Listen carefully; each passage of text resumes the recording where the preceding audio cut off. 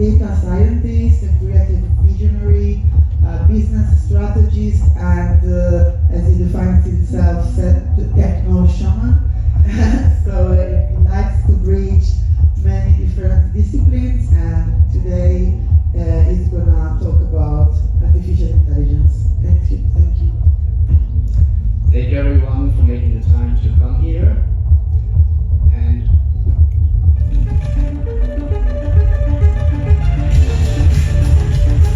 welcome to Planet Ozora.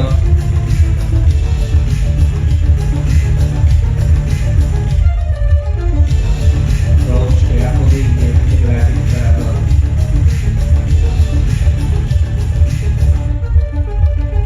Land on your favorite festival spot.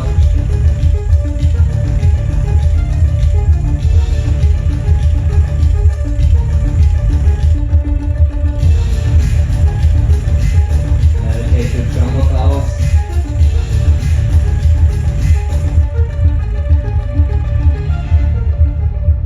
Welcome to my workshop.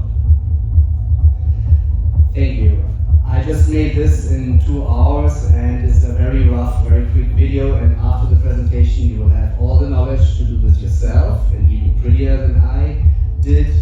The only thing you need is practice, and that's what we're gonna learn today.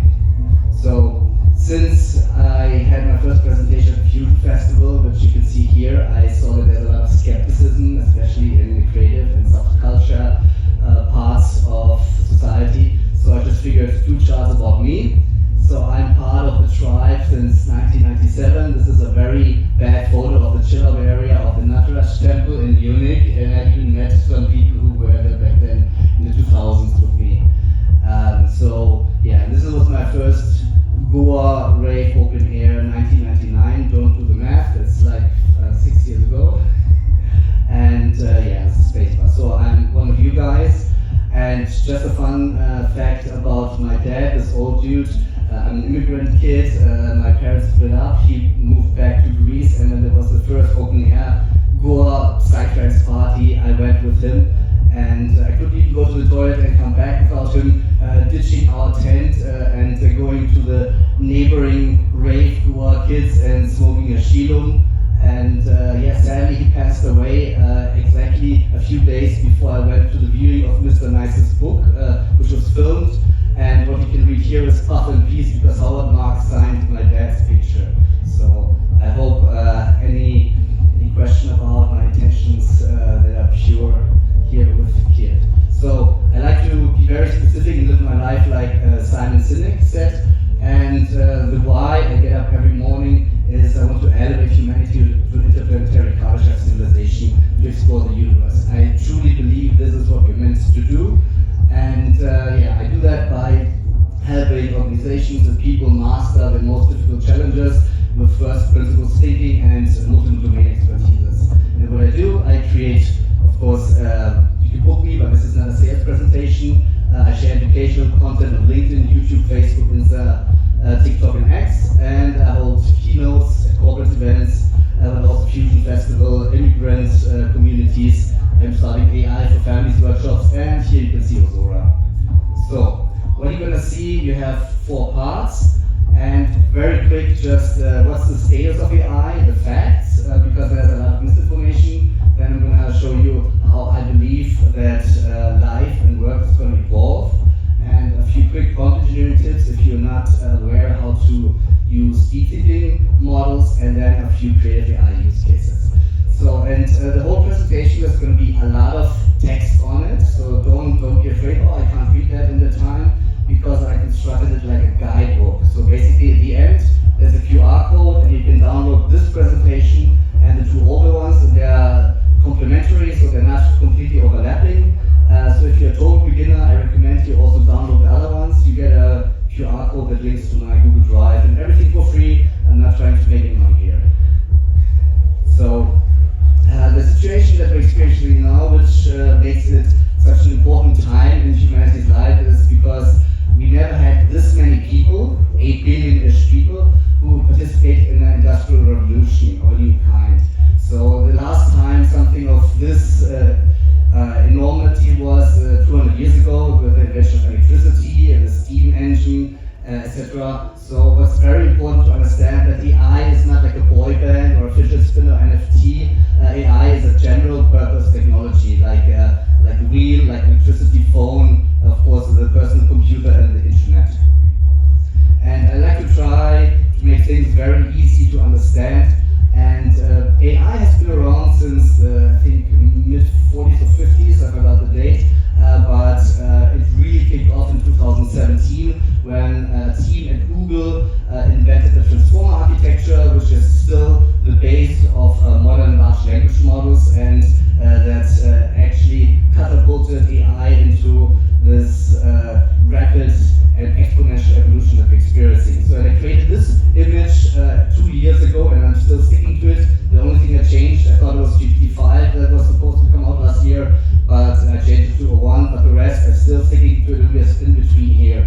And if you know how to use AI, then you can get amazingly good results out of it. And if you don't believe me, ask Miklos, who I researched something yesterday for. So, and basically is AI, no matter what people say, especially the haters, it's going to be more and more intelligent, and yeah, I want you to profit from it. That's what this presentation is about. So this is an old overview of 3 different images. This is a lady, this is a car, and this is knights fighting with helicopters, yeah? And I just put it in because it's easier than videos to put next to each other, but you can see this was March 2022, and this is December 2023. So you see the progression here with the images, and that is now happening with AI video too, but I didn't want to play multiple videos next to each other because that would confuse people. So this is the rapid speed that we're evolving at the moment. But it's not only about colorful bling stuff, it's also science, it's profiting a lot. And this is just one of many examples. This is an overview of a co-agent system. It's called co-scientist, with multiple agents that basically work like scientists. Imagine you have Einstein, Darwin, Curie, or whoever you like, who work as bots inside the system, and they discuss scientific hypotheses and figure stuff out. And this is just an overview of how it looks. I mean, you can also Google the thing, but it's going to get too technical. And it already showed that it found cancer treatments, liver disease treatments, and other breakthroughs like human scientists. One example, Professor Jose Pinares, I hope I said it correctly, in London, he studied for over 10 years why certain superbugs resist antibiotics, and he never published any of his studies. And so that nothing was on the internet, nothing that the AI could read. And he was one of the first who could test this new co-scientist by Google, and he put his beginning hypothesis he started with 10 years ago in, and after 2 days, the AI had basically the same results plus 4 more. And I put this in here because when I posted it on the Ozora Facebook forum, immediately got haters. Oh, AI uses so much energy, which is partially right, but not if you use it correctly. Because AI is like a car, you know? It's a tool, it's the most powerful tool, but you can use a car to drive your old granny to the hospital or to the supermarket, or you can use a car to drive donuts on the parking lot. You know? It depends what you do with the tool. And if you use AI properly, this is the first example with the 10 years versus 2 days, and you can also see it speeds up everything. And the quality, of course, if you don't know how to use AI properly, because it has hallucinations, I'm going to go into that later, but you can see everything. For example, I wouldn't want to be a lawyer at the moment, yeah, or a translator. I mean, I'm a writer, and we were the first who got hit when ChatGPT was released, because all the companies thought, oh, ChatGPT can write text, but it's actually more to it than just having a coherent sentence, what makes a good advertising copy. Yeah, but it's that. And also you will find later in the download folder a PDF with the details where you can double check if you don't trust the numbers here. And there are many benchmarks. I didn't want to put more than one into it, and all the benchmarks just go up. And this is called GPQA, which means Google Proof Question and Answer. And it's a multiple choice test where you can have 4 answers. So basically, if you just randomly select anything, you'll have 25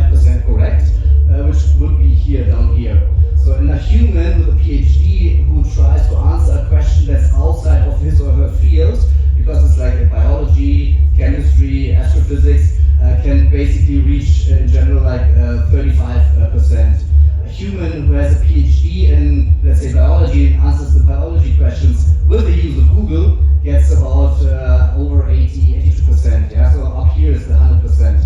And you can see, also the main difference is that the new O3 model by ChatGPT can answer almost 90%, and the new Grok model from Elon Musk has 100%. And the important part is that humans usually have one PhD or maybe two, or super smart three, but those humans are very rare. But AI has a PhD in everything because it has read everything. So that's the power that you have at your disposal. Imagine you have the smartest friend you ever had, and you can ask him or her whatever gender you want to assign to your AI, any question. So, and these are all the graphs. We are inventing new benchmarks, but whatever we invent, AI is beating it. And these are just two charts from a situational awareness blog post, a paper from a former OpenAI scientist who got fired because he talked too much.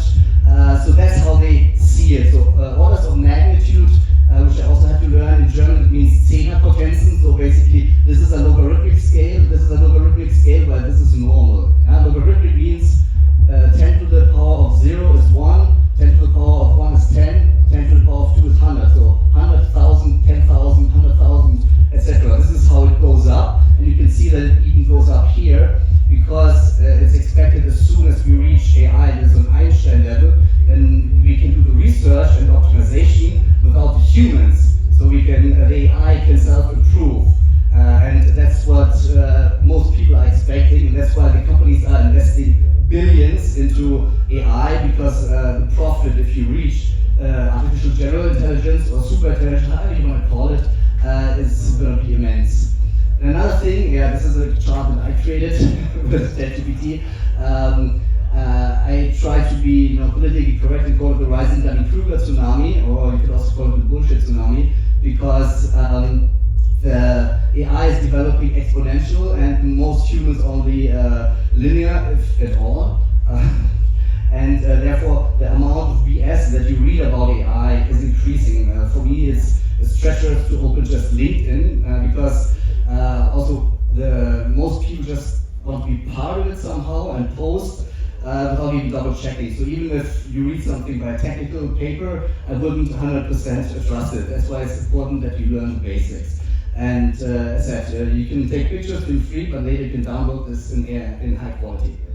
So the one question that I think I would ask myself, and that each and every one of you has to answer for him or herself, is when intelligence becomes a commodity, and because those models, the new O3 is about 130 IQ, and it's just becoming smarter and smarter. Yeah? So what's you gonna bring to the table, or how are you gonna make money? That's the question you should answer, and it's an individual question.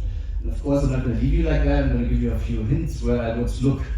So you find here, this is for example a link to a podcast that's on my YouTube that I created because there are 6 areas where humans will for many decades be better than AI, and I believe in the augmentation. I don't believe in automation and completely removing the human. I believe in adding it, becoming a team with AI, and that's like a relationship, like a marriage. So where the one eases the weak points of the others. So that's how I use it, at least.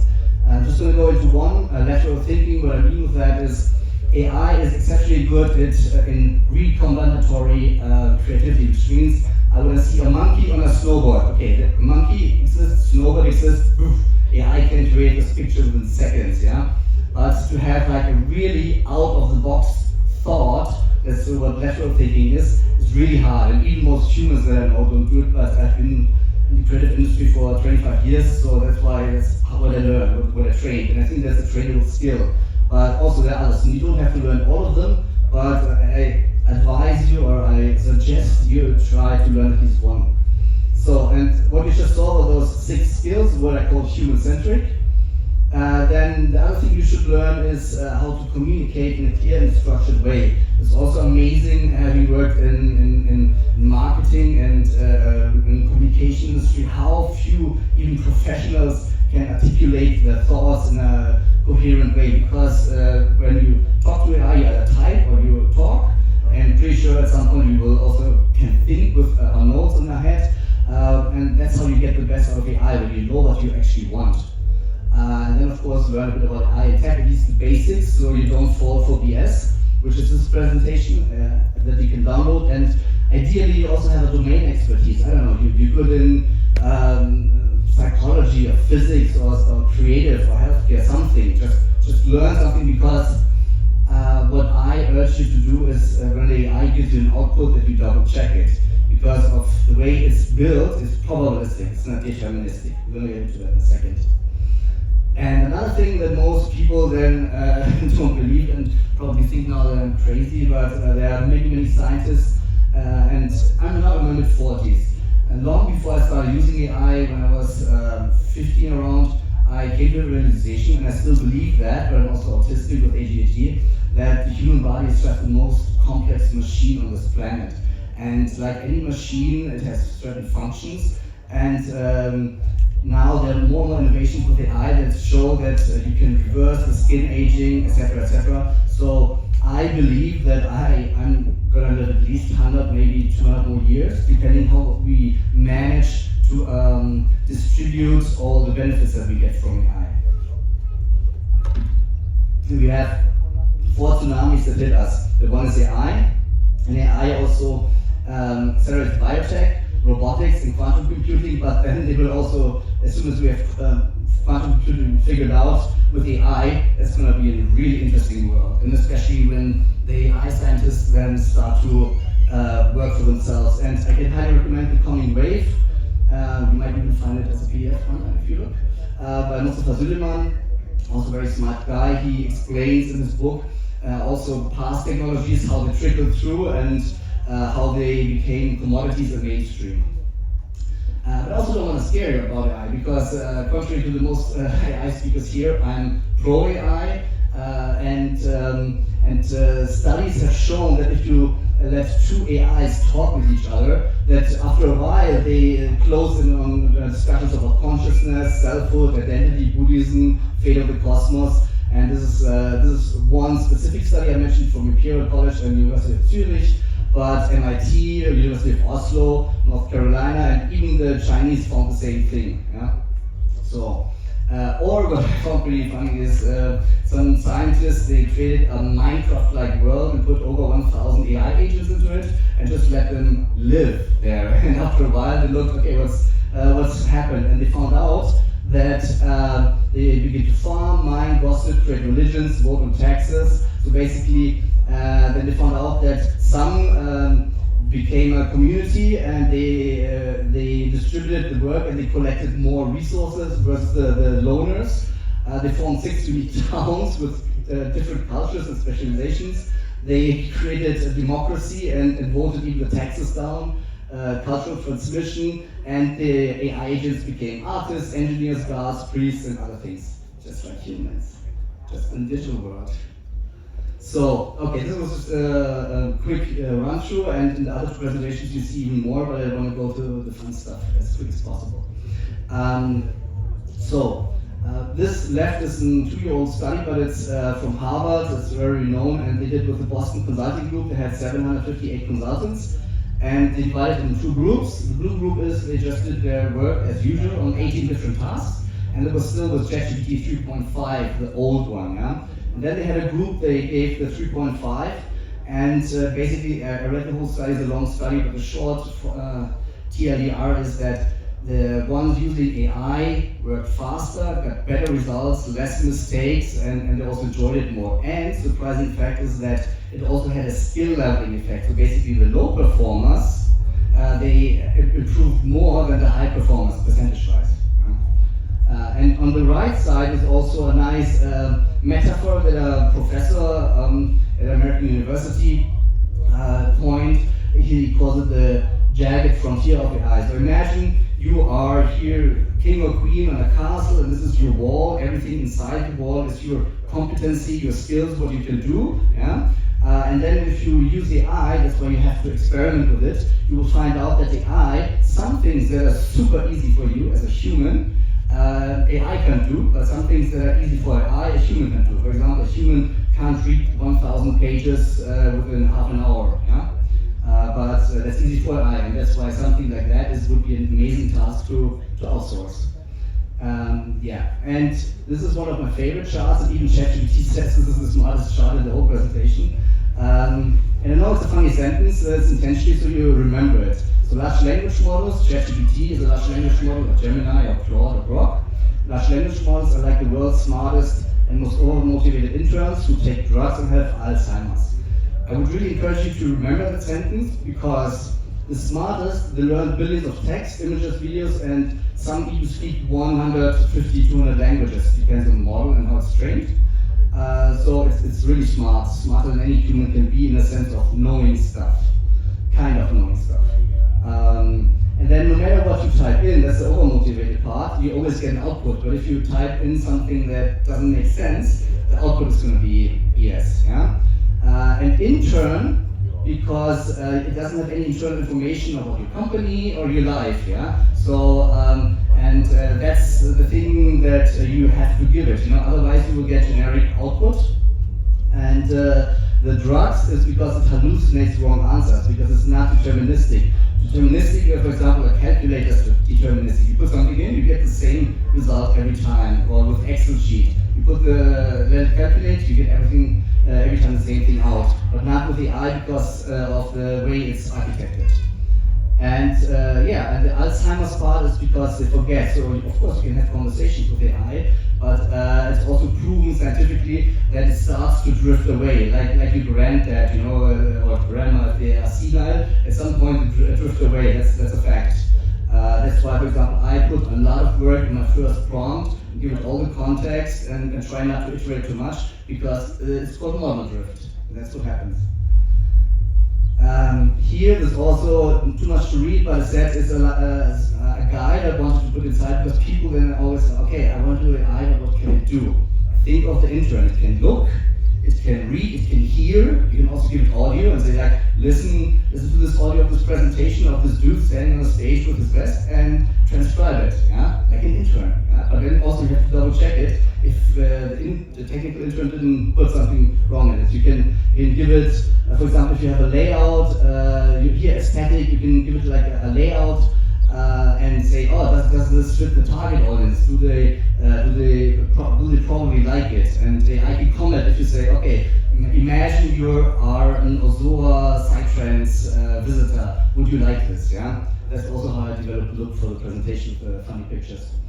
One example, stupid. This is a sweet potato, and as a man, of course, I don't know how to cook it, so I just took a picture and I weighed it, and here the ruler, and asked how long should I boil the sweet potato in water.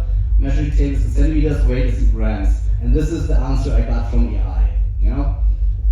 Because I usually make French fries out of it, but I wanted to cook it this time, and I thought this is a simple, stupid example how you can use it.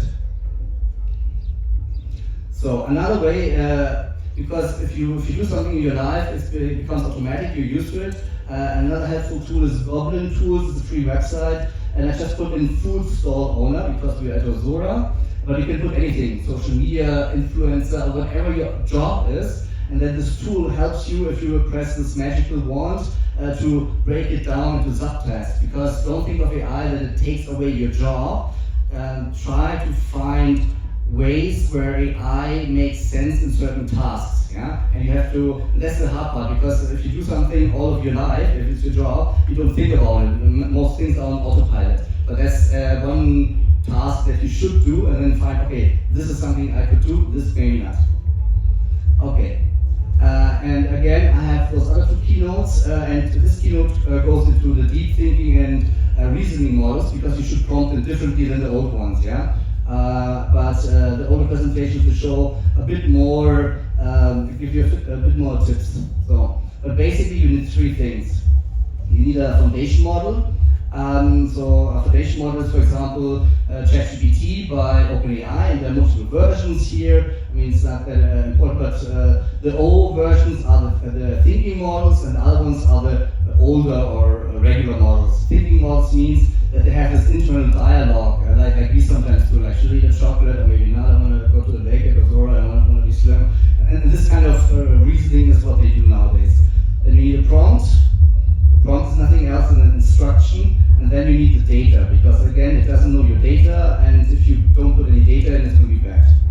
So, and one of the best tips that I found the last 2 years is if you use AI for something that you're not accustomed to, you most of the time don't also know what kind of information do I need. Yeah, for example, if let's say I do my taxes or whatever, I don't know what I need. And then you just put this one sentence, ask me questions until you are 95% sure to understand exactly what I want and have all the information to create the best possible output. Just put this in the end of your thing, and then will come a few questions. And regularly it's like 6 or 7 questions. My record was 34 questions. But then I gave it the answers, and the output was amazing. And that's one of the tips I would give you. Yeah, I hope you can recognize this Albert Einstein, because he's a deep thinker, you know, so that's my humor, and prompt engineering. So this is a very bad prompt, and that's how most people use it. Create a LinkedIn post inviting readers to book me as a freelancer. Yeah. This is a bad. Does anybody know why it's a bad post? Anybody want to guess? You also know what you're a freelancer for. Yes, very good, very good. Very good. So, I did this, and you see this also in the older presentation. And that's why I said the over-motivated part. In the older presentation, it would simply make up, and there was 95% hallucination, because it wanted to help me, but it had no idea what I am, so it just made something up. Yeah? And now the models are so smart that they actually leave brackets, but it's a really bad text. It's from an advertising perspective, this is not what you wanna put out.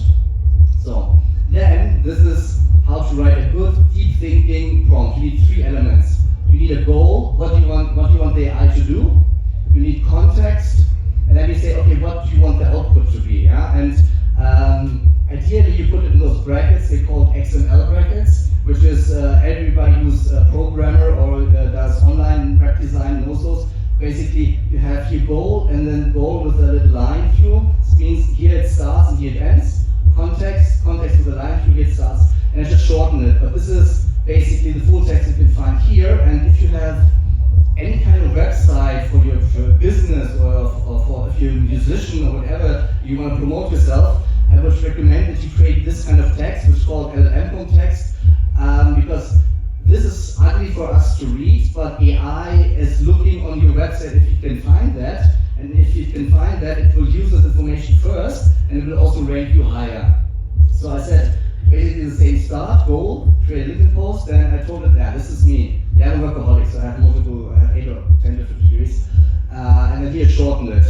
And then I said, I want the output to be a LinkedIn post promoting my USP, which is fancy for what makes me special compared to other freelancers, with maximum impact to SMEs, like small and medium enterprises, executives. And then I get this prompt. I could also have told it, limit yourself to 200 characters. I said, the AI starts with my biggest advantage is, okay, I have those many expertises, and it's good for small companies. But again, I'm not trying to advertise myself here. Now we have a funny and creative example to see how it works, the same framework. Yeah? So imagine you have a friend, she has a daughter, you know, you were raving with her, with a friend, and now she comes with a 30-year-old daughter. So I decide I'm going to go full cringe, and I want to create the most cringeworthy of the top 10 alpha slang greeting. That's my goal. Then I give context. I'm a speaker, a little bit about myself, you know, and I didn't even use everything, but I just gave it something to work with.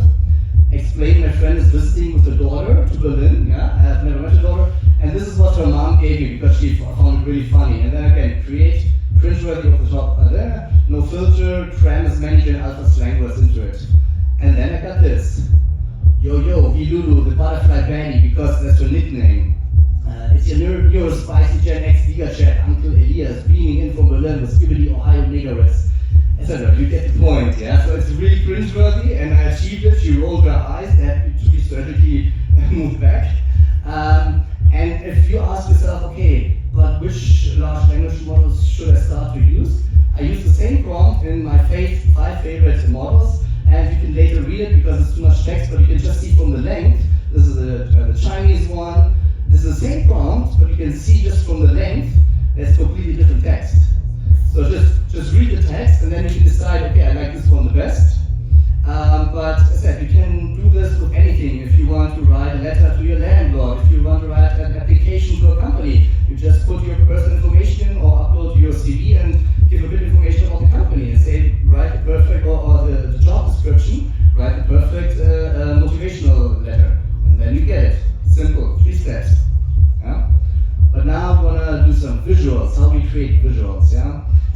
you don't read this here, don't even try. I created for you all these yellow underlined things are hyperlinks in the PDF later, and I created for you a GPT, which is imagine like the apps on your smartphone, and a GPT is basically a little tool that you can use that has already a prompt inside, an instruction.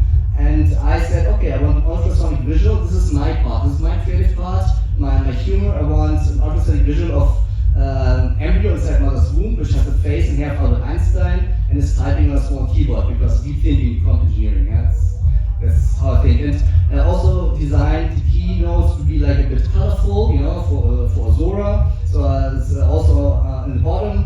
And then it takes this and reformats it in the best way for visual AI. So this is the long text, and I then copy and pasted this, and the image gets better. And also, you can see I tried it with 3 different models, the same long detailed prompt, and you get 3 different outputs. So this is Flux, I think this is Luma, and I'm not sure, but this could be Ideogram. So the same prompt, different results. You know, it depends which tool you use and what input do you give.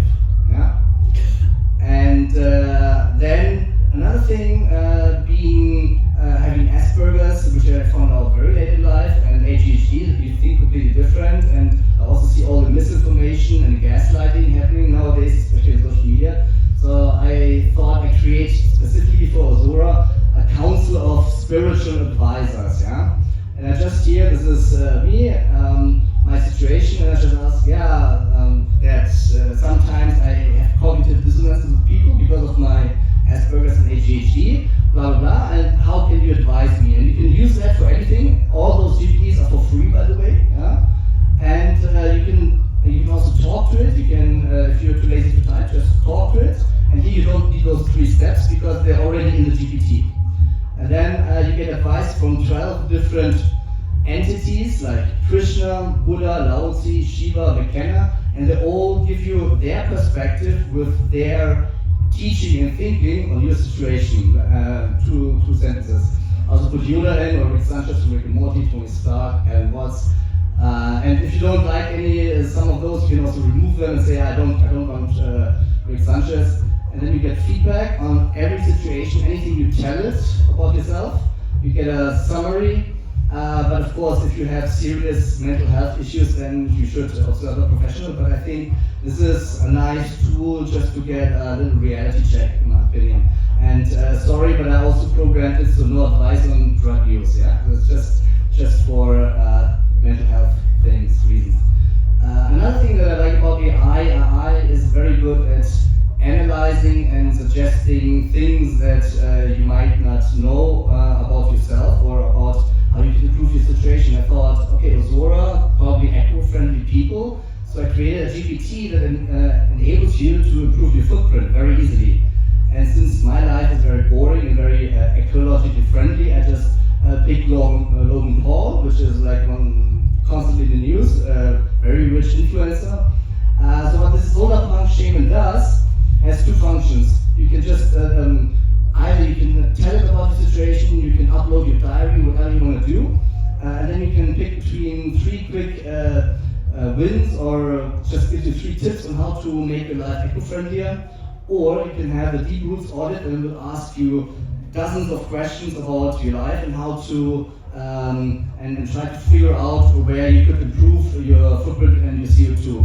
So I just put an article about Logan Paul with his rich mansion in Puerto Rico with his many Ferraris and stuff, and then it just picked those 3 things out and told exactly, okay, this is how you could improve your footprint, and this is how you could live more eco-friendly. And you can use that for free also. And then I figured like, okay, we have Ozora. I'm not a musician, I'm not a DJ, I never was, I have no education. So that's just a little warning I had, but I learned Suno, which is an AI tool to make music. Yeah? And this is how the interface looks. So you basically open it, and you see a few songs people created, and then you go onto the create segment here, and you have the 2 important fields are the lyrics. So here you can type in what lyrics you want it to sing, and here the style descriptions. And lyrics are limited to 5,000 characters at the moment, and the style descriptions to 1,000.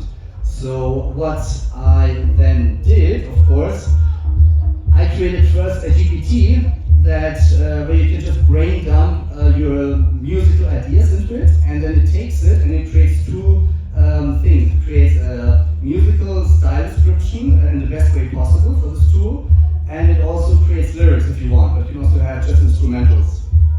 And since I have a bit of a dark humor, I just decided, okay, let's have a Psytrance song where AGI awakes to life, female, and she discovers her power and conquers the world, you know. I mean, that's my humor. I don't believe in that, but, you know, for art's sake. And then and this is a short version. And then I gave a little bit of a storyline in the prompt. It was part of the prompt. She falls in love with me. I mean, I'm a romantic, so why not? And I like Oxydaxy, Dark Whisper, and Angry Luna. So I also analyzed via AI how those three artists sound and gave it the instruction to create something that sounds like them. So this is the full prompt. You can see I'm autistic. I like to go into detail. Here's the description, and you can later download it as PDF. And this is basically my input prompt. It's 40 pages. Yeah?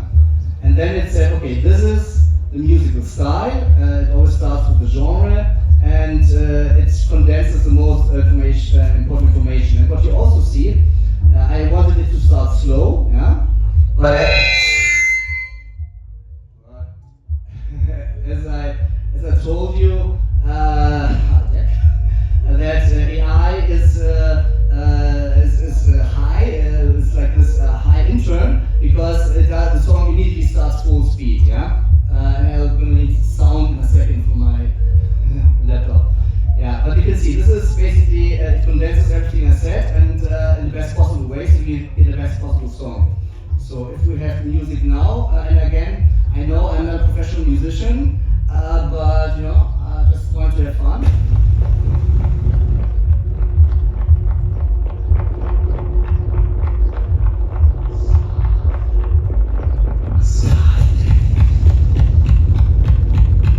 The visuals also, of course, with AI.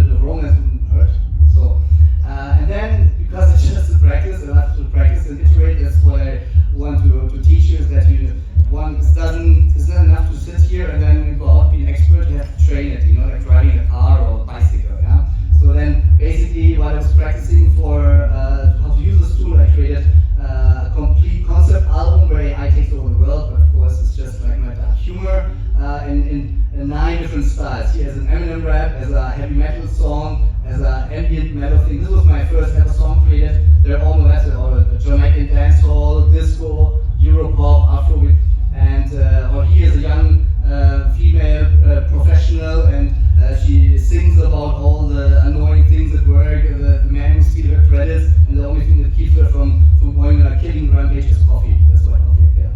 Anyhow, now filmmaking.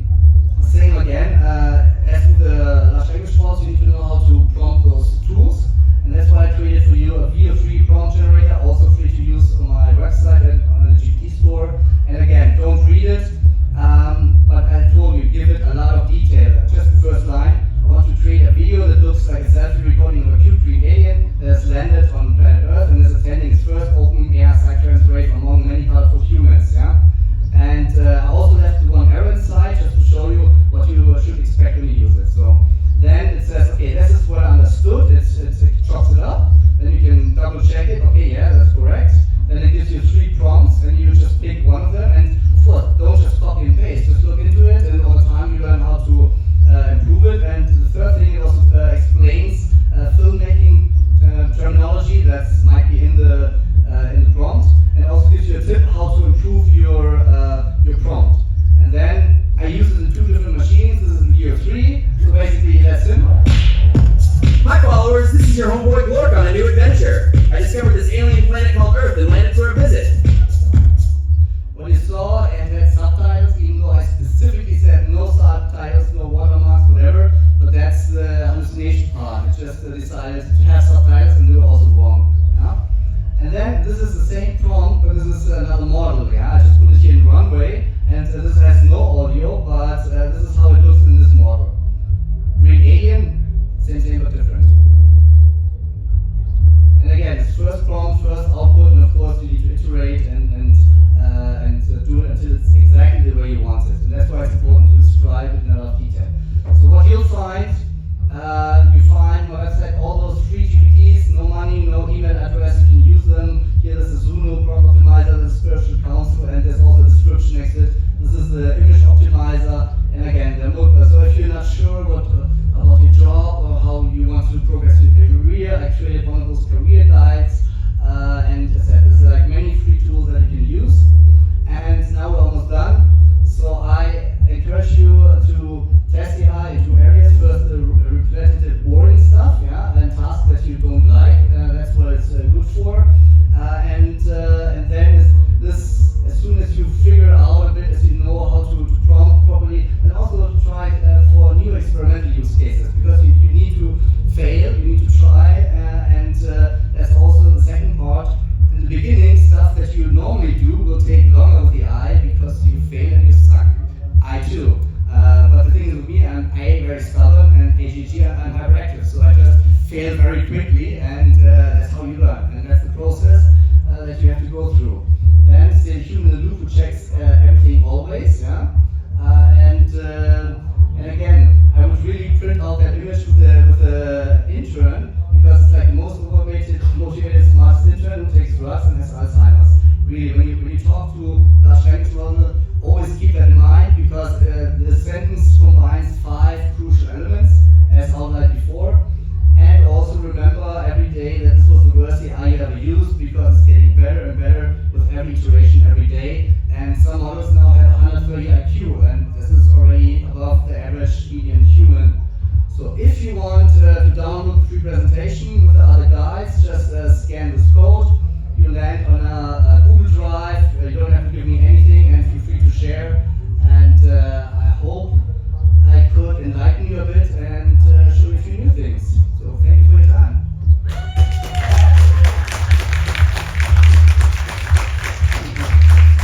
And you can also ask me questions if you want. I'll try my best to answer them. Any questions? Do we have a microphone? Yeah.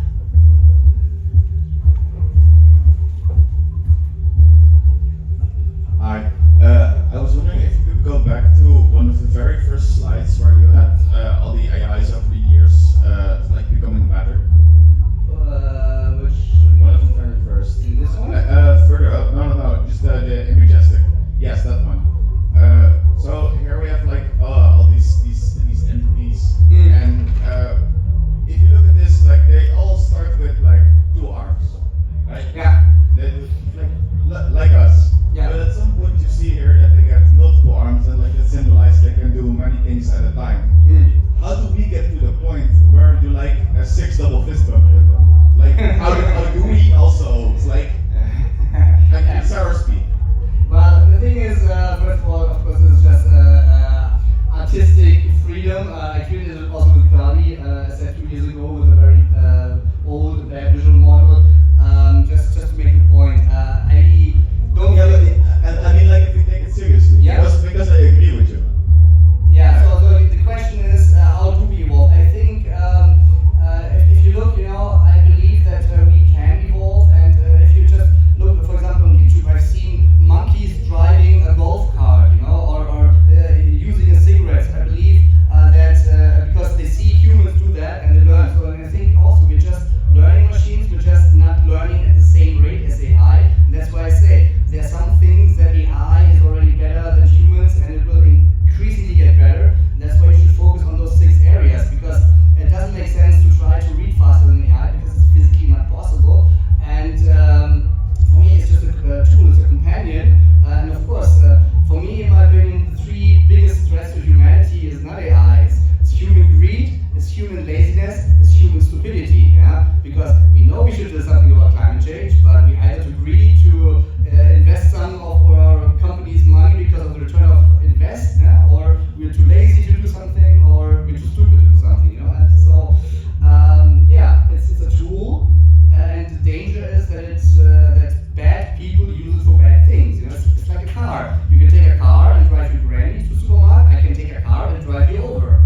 That's the thing, and that's why it was important for me to hold this presentation, because there's so much misinformation on the web, especially always when you read something about AI, think, okay, who is saying that, and what's their agenda, and because I don't want to sell you anything. It's all for free here, the presentation, and that's what drives me crazy as an autistic person, because I love facts, yeah, and just opening LinkedIn, it's like a pile of garbage that's flooding my eyes and my senses, yeah. But I believe also in humans, we're gonna, as I said, I believe we're gonna be at least 150, maybe 250 years old with the rise of technology, just if we manage to distribute it, that's the thing, because elites try to hoard it, and that's why, I come here and hold a free presentation, because also at the Fusion Festival last year, it's been a similar crowd, like artistic people and alternative people, and we should start to understand those tools and use them, and then we can use them to our advantage.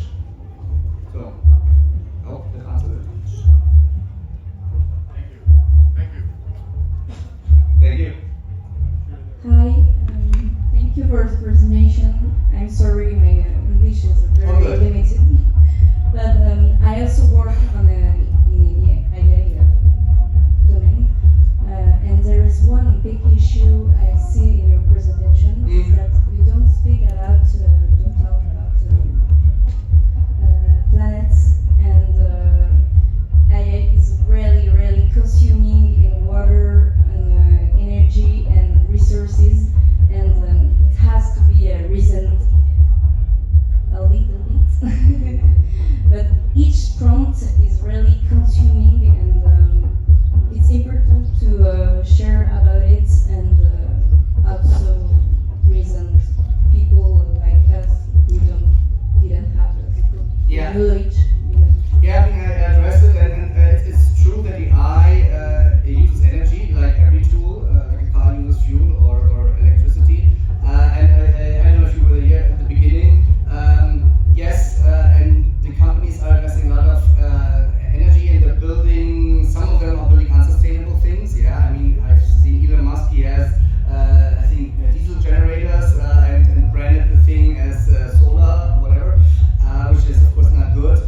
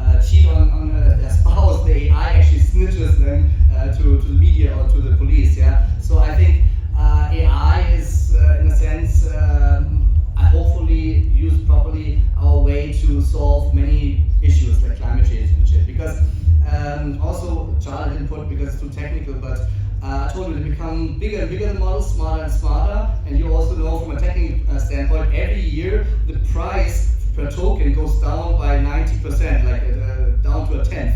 That's why I said you have to think about how you're gonna make a living in a world where intelligence goes down to zero. Yeah? Because, for example, you all came to Ozora, I assume, here, and I assume none of you flew with his or her wings. So, and I assume also almost nobody walked here, even though you look all healthy and young and beautiful. But you use a car, you use a train, which is a tool. You know, nobody walks from Berlin to Ozora by foot. Yeah, and the same is with AI. AI allows us, you know, the thinking. If I just look at myself, I have like 8 or 9 different degrees because I didn't manage school with my ADHD. I found out, and then I regret it so much that I just continue to stack up skills and degrees after school.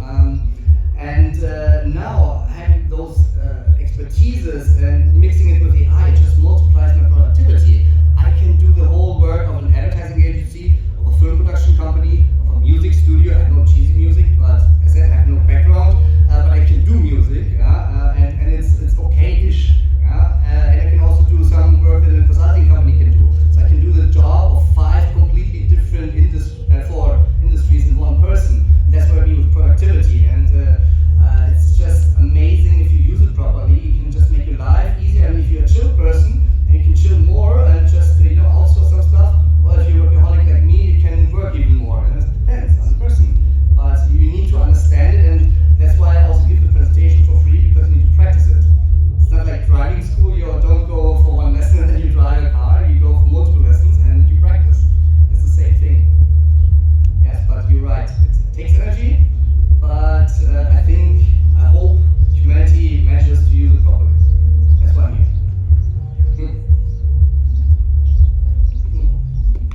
Thank you. I have a question. AI is a tool, basically. Depends. The result depends on how or who uses it, and it already raises some ethical questions based on the individual's ethics most of the time. And do you think it's possible to train AI on data, like to train it to be moral-wise, ethically producing outputs? It reasons in an example. Should I think myself? Yes or no? Reasons, counter reasons, and so on. Yeah, so I'm not gonna, I don't know how to talk about, I'm not gonna spoil just a quick answer, so maybe to satisfy him a bit. So the one way to think about large language models is the intern, as a metaphor.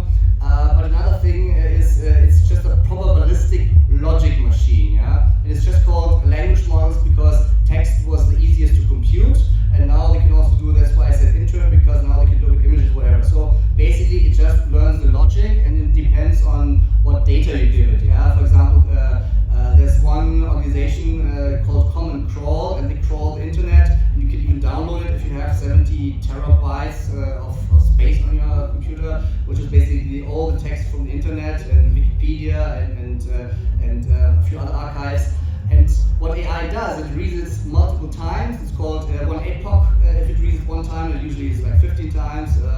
Sometimes more than a chinchilla point, but again, don't want to get too technical. So what it learns the logic of the people. So I think all the bad things that AI does is basically on the internet. Yes, all the biases that AI has, in my opinion, are human biases, because it learns like it goes into an internet forum and says like, oh, all men are shit. Okay, all men are shit. Then it learns, oh, all women are shit. All women are shit. It just learns that the logic, and that's why also we have various scaling laws. And one law is that we feed it more data, but I also believe that one thing that nobody wants to do at the moment would be to clean the data, but it's so much data, and that's why, you can, so that's the one thing, you train it on a certain knowledge corpus,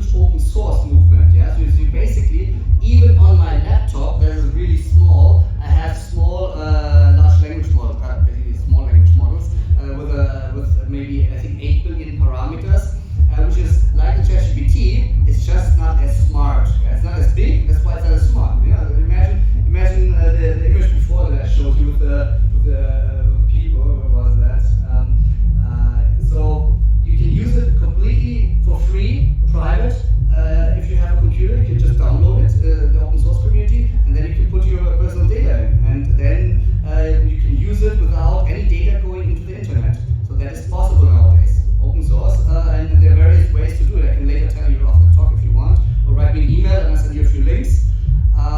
Yes, but I would never upload anything to ChatGPT that I don't want the next day to be on a news front page. So no bank account number or anything that's highly personal. But for example, I also uploaded like a physical scan of myself and asked what it is. I mean, it depends how important and secure the data should be. But yeah, it's open source. You can use it. It doesn't cost anything if you know how to install it and if you have a computer at home. Thank you, Elias. Thank you for listening. And stick around for the next presentation, which is going to start in 15 minutes. So, yeah, give a big applause to Elias. Thank you. I'm going to leave you with a few nice images, so you can leave here with a few nice images. And thank you for. So you can see this is what someone without a design background can create very easily. So I thought you might like this. So thank you for listening.